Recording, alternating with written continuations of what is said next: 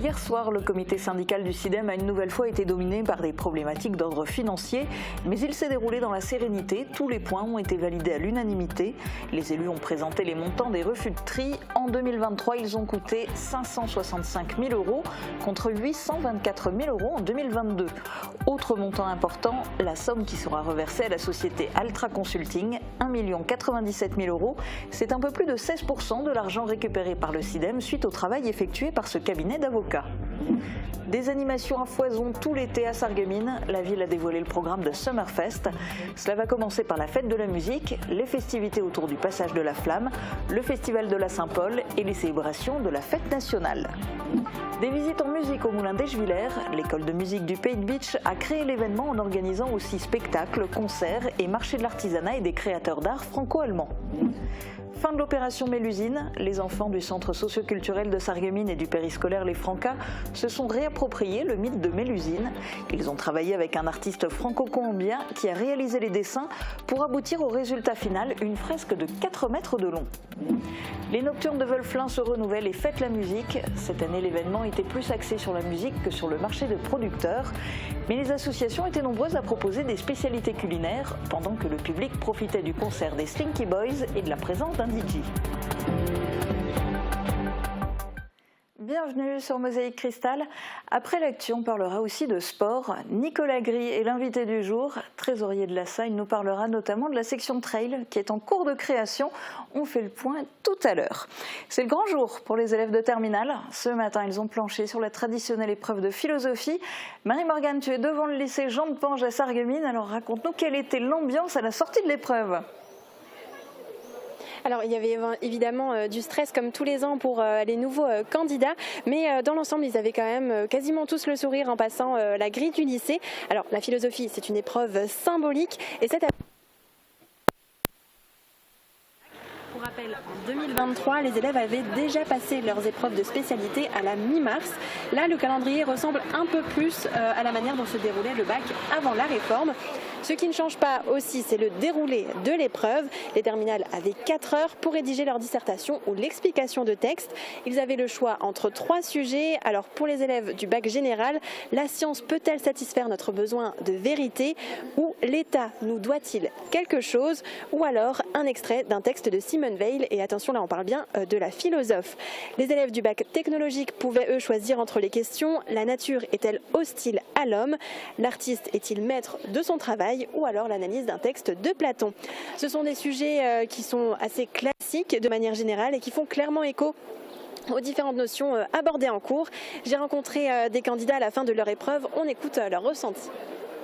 Alors j'ai pris le commentaire de texte sur Simone Weil, c'était sur les conditions ouvrières et puis ça s'est plutôt bien passé. C'était un peu compliqué quand même, mais je suis tombée sur les 3 sujets que je voulais pas, mais on croit en nous, on pense que ça va aller quand même. J'ai trouvé que ça un peu simple quand même, puisque j'avais quelques connaissances en SES et j'ai pu les utiliser un peu pour la dissertation, parce que j'avais pris sur l'État. Je savais déjà que j'allais pas prendre le texte, parce que j'étais en mode non. Donc déjà je me suis penchée sur la dissertation, enfin sur les 2 sujets qu'il y avait. Je me suis dit la science et tout, ouais ça pourrait passer, parce que j'ai fait un essai avec les 2, j'ai essayé de faire les définitions de la vérité science, puis ensuite État, patati patata. Puis je me suis dit ouais il y a quand même plus de trucs à dire sur l'État, puisqu'en plus l'année dernière j'avais fait AGGSP. Donc je me suis dit allez on se lance, ça passe ou ça casse.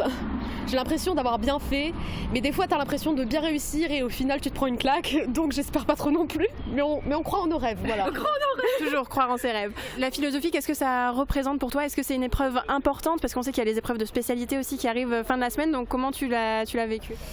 C'est un coefficient un petit peu moins important que les épreuves, c'est la moitié, donc moi c'est pas une matière qui m'intéresse à fond, donc j'y suis allé un petit peu au talent. Mais après ça s'est plutôt bien passé, j'ai fait ce que je voulais. J'ai bien sûr moins révisé que les autres, hein. Je trouvais pas trop ça important. Bien sûr la philosophie ça permet de développer L'intelligence et tout, mais c'est pas trop primordial, je trouve, par rapport aux spécialités.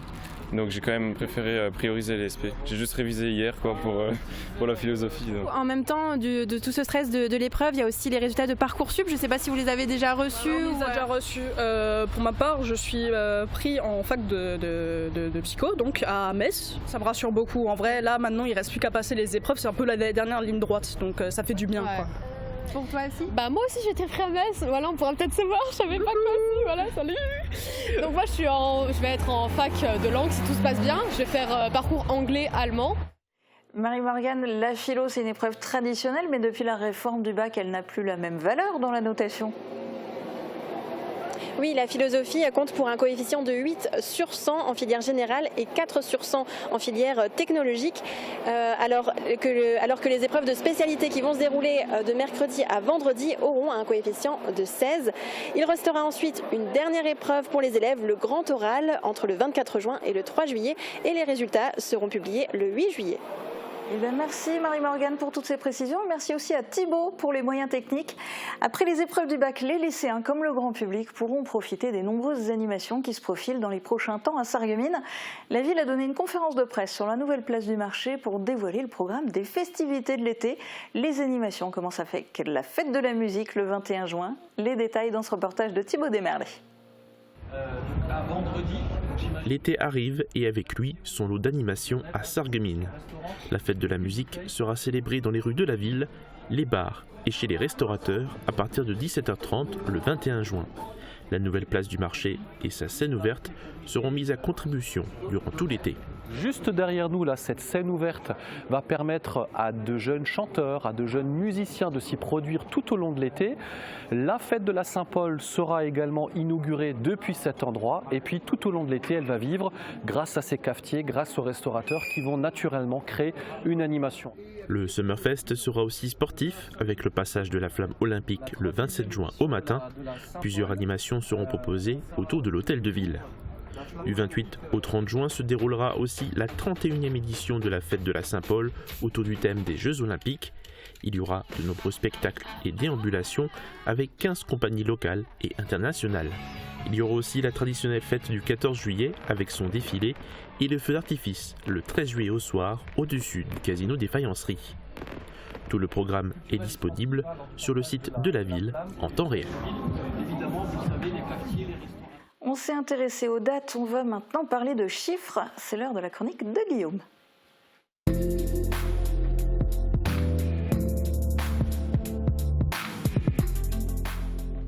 Alors Guillaume, hier soir tu as assisté au comité syndical du SIDEM. Est-ce qu'il était animé ? Non, pas particulièrement. Il s'est déroulé de manière très calme, sans qu'aucune voix discordante ne se fasse entendre. Alors que faut-il retenir de cette réunion ? Alors qu'il a été une nouvelle fois question de gros sous, les élus ont notamment fait le point sur la refacturation des refus de tri 2023, la prestation de transport et de traitement de ces déchets désignés au départ comme recyclables, mais qui finalement ne le sont pas en raison d'erreurs d'aiguillage confiées à la société Citraval, et c'est dans les Vosges, à Chavelot, qu'elle traite, conditionne et caractérise ces déchets. Alors quelle somme représentent ces refus de tri ? Alors, place aux chiffres, donc le montant des refus de tri coûtait 150 € la tonne en 2023 contre 145 € en 2022, soit une augmentation de 3,45%. Donc un tarif à la tonne. Alors du coup, la question c'est combien de déchets ont été refusés ? Quand même pas mal. Il faut savoir que dans le coût de la prestation de tri confiée à Citraval était déjà pris en compte le traitement des refus de tri à hauteur de 20% des tonnages livrés. Par conséquent, Citraval a refacturé au SIDEM, entre parenthèses uniquement, les tonnages de refus supérieurs aux 20%, ce qui en 2023 représente quand même un volume de 3771 tonnes de déchets recyclables qui finalement n'en étaient pas et qui ont été refusés avec une dépense supplémentaire au bout. Et alors à combien s'élève cette dépense supplémentaire ? Alors à 565 794,17 €, une coquette somme donc, mais inférieure à ce que le SIDEM et les intercommunalités membres payaient par le passé, comme l'a indiqué hier le président du syndicat. L'année précédente, on était à 824 000 au lieu des 500 que je viens d'évoquer avant, des 565 000.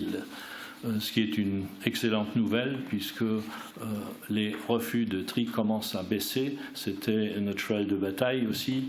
Et nous sommes sur la bonne piste dans ce domaine-là également. C'est vrai que ça méritait d'être souligné. Merci.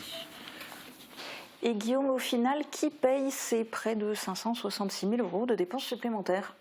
Alors le SIDEM prend en charge 89 000 € car le tri multiflux génère des erreurs de tri optique qui se traduisent par la présence de sacs verts et bleus dans le gisement de sacs orange envoyé à Citraval. Le reste, 476 000 €, est réglé par les intercommunalités membres du syndicat. La répartition de ces dépenses entre les adhérents est calculée sur la base des tonnages livrés par flux, des résultats de caractérisation par flux et du bilan du tri transmis par Chavelot. Je ne vais pas donner le montant payé par chacune des 10 intercos, je vais me contenter de donner la somme qui revient à la CASC et à la CCPB. Pour la communauté d'agglomération Sarreguemines-Confluence, le coût du traitement des refus de tri supplémentaires s'élève en 2023 à 57 011 €, et pour la communauté de communes du Pays de Bitche à 54 420 €, à peu près la même chose.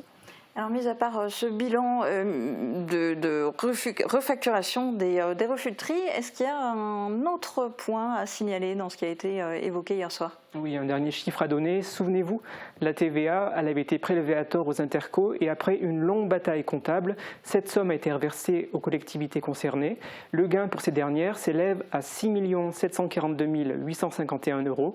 Pour obtenir ce résultat, le SIDEM était accompagné par la société Altra Consulting. Cette dernière a émis sa facture d'honoraires et ces derniers s'élèvent à 1 097 040 €. Les élus ont approuvé hier soir le montant de cette somme à l'unanimité. D'ailleurs, l'ensemble des points de ce comité syndical ont été validés à l'unanimité. Eh bien, merci Guillaume pour ta synthèse et pour tes explications. On enchaîne avec une nouveauté. Le concert annuel de l'école de musique du Pays de Bitche s'est transformé en fête de l'art en musique. L'événement s'est déroulé sur le site du Moulin d'Eschwiller à Wolminster, un rendez-vous atypique qui a conjugué les visites avec des prestations musicales.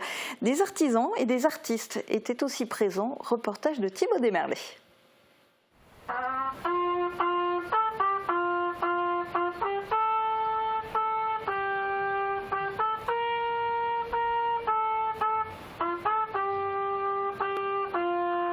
Visiter le patrimoine local en musique, c'est le but de cette nouvelle manifestation organisée par l'école de musique du Pays de Bitche avec le soutien de la communauté de communes du Pays de Bitche.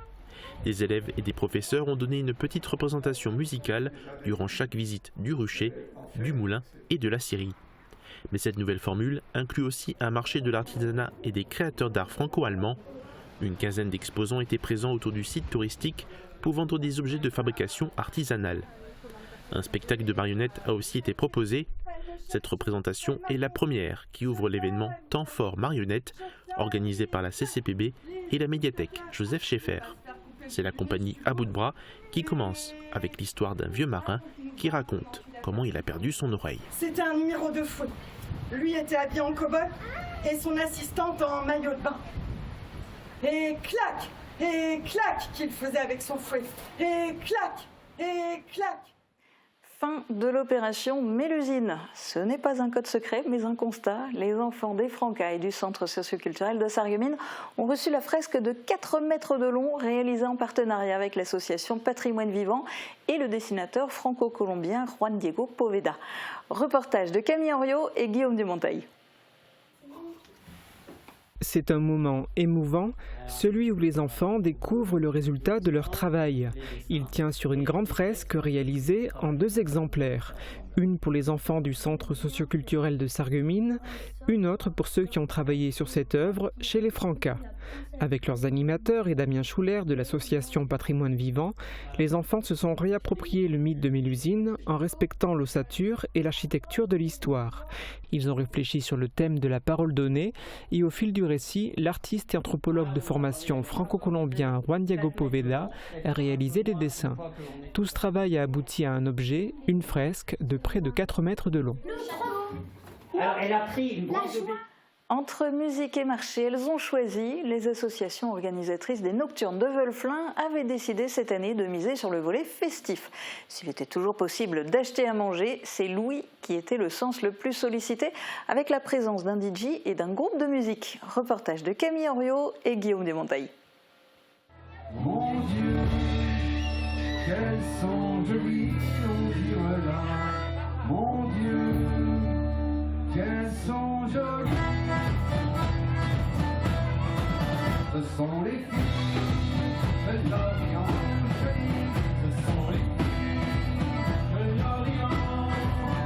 Dépaysement assuré avec les Slinky Boys. Originaires de Saint-Avold, ces musiciens ont la musique celtique dans le sang. C'étaient eux les invités d'honneur de cette 8e édition des Nocturnes de Wölflin, un événement remodelé cette année. On a eu beaucoup de retours des exposants qu'à Wölflin, comme il y avait des repas de proposés, qu'il y avait de la musique, les gens venaient plus pour le côté festif et beaucoup moins pour le côté marché. Et donc on a décidé cette année donc de miser tout sur le côté musique, festif, avec différents repas, avec 2 bars et puis voilà, proposer un moment sympa où les gens peuvent se détendre tout simplement. Et l'événement semble avoir trouvé son public. Je trouve le fait d'avoir de la musique, ça met toujours une petite ambiance, c'est toujours convivial. On s'est dit tiens, après le travail, on va venir. En plus, c'est ambiance un petit peu festive avec un groupe qui vient. Ça permet de passer un petit moment ensemble au niveau du village. Et c'est vrai que nous, c'est quelque chose qui nous plaisait, ça nous permet de prendre un apéritif. Donc avec le temps, au mois de juin et tout, donc ouais, c'est pour ça qu'on est venu ici. Oui. Convivialité, c'était le mot d'ordre de cette soirée culinaire et musicale, durant laquelle les visiteurs ont également pu écouter DJ JC et déguster les plats préparés par plusieurs associations de la commune. Les Nocturnes de Wölflin peuvent être perçus comme un avant-goût de la fête de la musique, un moment incontournable prévu vendredi et qui rythmera la soirée dans de nombreuses villes et villages. Dans un instant, on parle de sport avec l'invité du jour, juste après les prévisions de Météo France pour demain. Couverture et zinguerie, une toiture Moder Habitat apporte sécurité, protection et pérennité par tous les temps.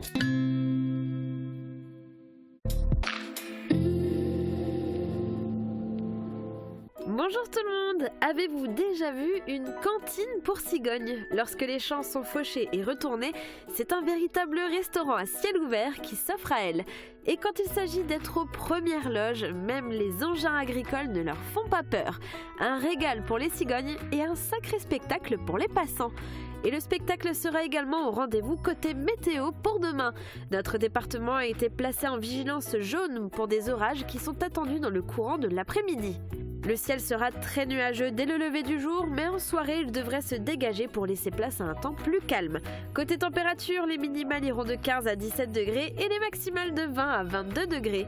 Demain, nous fêtons les Romualdes et le soleil se lèvera à 5h26 pour se coucher à 21h39. Passez tous une belle journée et à demain!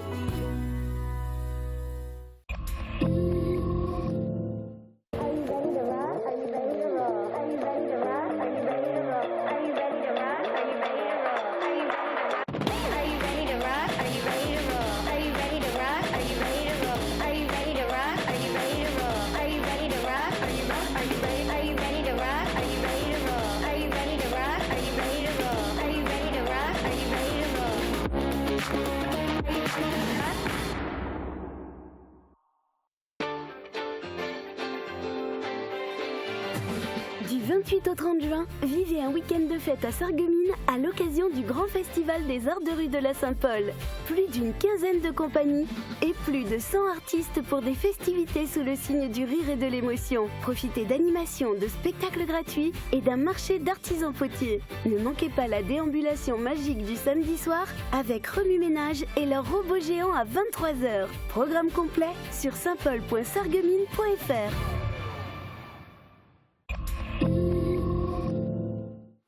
Il y a plein de disciplines dans l'athlétisme et à Sarreguemines, il y en aura bientôt une de plus. Nicolas Gris, à l'heure actuelle, quelles sont les disciplines qui attirent le plus de monde à l'association d'athlétisme de Sarreguemines ? Bonjour Julia, déjà merci de me recevoir sur votre plateau.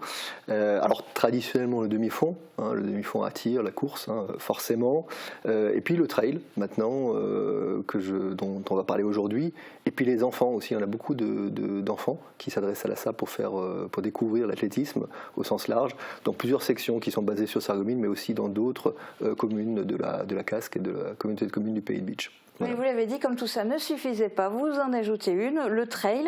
La demande est forte pour le trail ? Oui, alors il y a une multiplication des courses de trail en France, à telle enseigne qu'elles ont dépassé même en nombre les courses sur route l'année dernière. Donc il y a une véritable demande, et même si on n'est pas dans une région de montagne, le trail ne se pratique pas qu'en montagne. Il faut avoir de beaux sentiers, et c'est le cas. On a de beaux sentiers chez nous, et donc on a une demande qui va crescendo, qui va de pair aussi avec l'organisation du Valdi Trail qu'on mène maintenant depuis 3 ans sur le territoire. Alors, est-ce que ça fait longtemps que vous y songez au fait de créer une section? Est-ce que c'est difficile de lancer une section trail? Oui, alors c'est difficile d'une manière générale de trouver des bénévoles. Hein. Aujourd'hui, dans les associations, ça vous le savez, on y pense depuis 2022. On a mis un peu de temps à trouver l'équipe d'encadrement pour la lancer, cette section. Et puis la formule aussi, parce que c'est important, il ne suffit pas des hommes, il faut aussi une trame. Et je crois que maintenant, on a la formule qui peut convenir au plus grand nombre, et donc on est prêt à se lancer. Voilà. Est-ce que vous avez déjà des athlètes qui pratiquent le trail à Lassa? Oui, il y a déjà une dizaine d'athlètes qui pratiquent le trail à Lassa. Il y a Romain Discher notamment, non? Exactement, il y a Romain Discher dont le papa était déjà un athlète de haut niveau, et donc qui vient de faire des podiums au championnat de France de trail et de course en montagne. Donc c'est une fierté locale, même s'il ne vit plus en région sarregueminoise, il est en région Rhône-Alpes. Voilà. Et puis, vous le disiez, quelque part, là, ça a déjà un pied dans le trail depuis un moment avec l'organisation de la course, le Valdi Trail. C'est une course qui fonctionne bien depuis le début ? Oui, alors elle aurait dû être organisée pour la première fois en 2020, mais avec le Covid, finalement, ça n'a démarré qu'en 2022. Donc démarrage laborieux aussi, et puis un petit peu décourageant aussi pour l'équipe de bénévoles, il ne faut pas se le cacher. Mais maintenant, ça y est, ça fonctionne, on a quasiment fait 500 coureurs cette année. La météo nous y a aidé aussi, mais je crois que l'équipe est rodée, les réflexes viennent, et puis je crois que la formule plaît, donc on va reconduire en 2025. Le trail, c'est pas une discipline classique, et surtout, ça ne se pratique pas dans un stade. Vous allez l'organiser comment, cette section trail? Comment vont se passer les entraînements? Alors, oui, c'est pas une discipline classique, dans le sens où ça se passe pas dans un stade, mais ça, je dirais, il y a déjà d'autres disciplines de l'athlétisme, comme la course hors stade, donc le 10 km, le semi-marathon, le marathon, qui se passe en dehors d'un stade. Donc ça, je dirais, c'est pas forcément nouveau. Ce qui est nouveau avec le trail, c'est que ça se passe en forêt. Et donc, encadrer un groupe en forêt, c'est quand même pas tout à fait la même chose qu'autour d'un ado. Et donc, on va l'organiser avec, je dirais, des groupes, différents groupes, et puis une planification de l'entraînement pour chacun de ces groupes, avec un calendrier de compétition. On va demander aux nouveaux licenciés de participer à ces compétitions, et donc avec Marc Jamin, dont on parlera peut-être, développera après, on va encadrer cette section, et puis on va essayer de trouver la bonne formule d'entraînement pour chaque niveau. Voilà, pour les débutants, mais aussi pour, les coureurs confirmés, voire les coureurs, ce qu'on pourrait qualifier d'élite. Voilà. Alors Marc Jamin, c'est qui et quel va être son rôle? Alors Marc Jamin, dans le microcosme de l'athlétisme, il est bien connu parce que c'est un coureur d'abord, c'est un très bon coureur qui a couru le 10 km autour des 30 minutes, donc voilà un passé de coureur sur route, on va dire émérite encore aujourd'hui d'ailleurs, un très bon coureur, qui a pris goût aussi au trail, mais qui continue à faire les deux, parce qu'en fait le trail c'est de la course aussi. Voilà. Et avec Marc, on s'est rencontrés il y a 3 ans. Il a commencé par me faire mes plans d'entraînement, et puis ça a rapidement quand même collé entre nous. C'est quelqu'un qui est passionné, qui a envie de transmettre, qui a envie de faire profiter de son expérience aux autres, et donc c'est sa rencontre finalement qui a créé l'opportunité. Voilà. Et donc il sera avec nous à partir du mois de septembre. Il fait déjà de l'encadrement, il a déjà des athlètes qui suivent dans une structure qui s'appelle Jam Coaching. Il rejoint le club maintenant en tant qu'entraîneur, et puis licencié à partir du mois de septembre. Oui, à partir de septembre, puisque le lancement officiel de la section trail, ce sera le 5 septembre. Mais une réunion d'information a lieu déjà mardi prochain, le 25 juin, à 18h45, au stade qui s'appelle désormais Stade Gérard Burg. Avant de lancer le trail, il y aura les JO, et avant les JO, il y aura le passage de la flamme à Sarreguemines. Ça sera la semaine prochaine, jeudi 27 juin. Nicolas Gris, est-ce qu'on a le droit de dévoiler le scoop? Lequel? Vous concernant. Allez-y, Julia. Oui. Donc, vous faites partie des relayeurs, des porteurs de la flamme qui vont être sur le parcours, donc jeudi de la semaine prochaine. Qu'est-ce que ça représente pour vous de porter la flamme olympique et en plus de la porter dans ce relais à Sarreguemines, à la maison? C'est d'abord un honneur de porter cette flamme. Voilà, on a la chance de le faire et puis de le faire en plus sur le territoire, ce qui pour moi est formidable parce que je vais avoir mes enfants, mon épouse, ma famille qui sera là. Et donc, et puis probablement plein d'autres personnes et d'enfants parce que je crois que c'est avant tout une fête pour les enfants. Hein. Le passage de la flamme, c'est quand même quelque chose, voilà, surtout dans la période qu'on connaît actuellement. Je crois qu'un intermède sportif, c'est quand même quelque chose d'agréable. Et la flamme, bon, il y a toute une symbolique autour de l'olympisme. Nous sommes une ville sportive, un territoire sportif. Donc, oui, non, c'est vraiment une joie de porter cette flamme. Et pour moi, qui suis investi dans l'ASSA, qui est aussi le club de Yann Schrub, bon, voilà, là, c'est aussi une fierté parce que je crois qu'on doit tous être fiers de cet athlète qui fait des choses incroyables. Il vient de faire vice-champion d'Europe la semaine dernière et il sera à Paris pour les JO. Donc ça, je crois que ça n'arrivera pas tous les ans. Bon, les JO, c'est pas tous les ans, mais d'avoir un athlète de ce niveau-là, je crois que c'est quelque chose qui nous émeut. Voilà, je vais le dire comme ça. Et Yann Schrub sera d'ailleurs en interview demain sur Mosaïque Cristal. Concernant la flamme, donc, c'est la semaine prochaine, jeudi. Oui. Mosaïque Cristal sera évidemment de la partie. Soyez fidèles au poste. Jeudi 27 juin pour une émission spéciale consacrée au passage de la flamme à Meisenthal et à Sarreguemines. Et en attendant, je vous souhaite une très bonne journée. Je vous donne rendez-vous demain dès midi sur Mosaïque Cristal.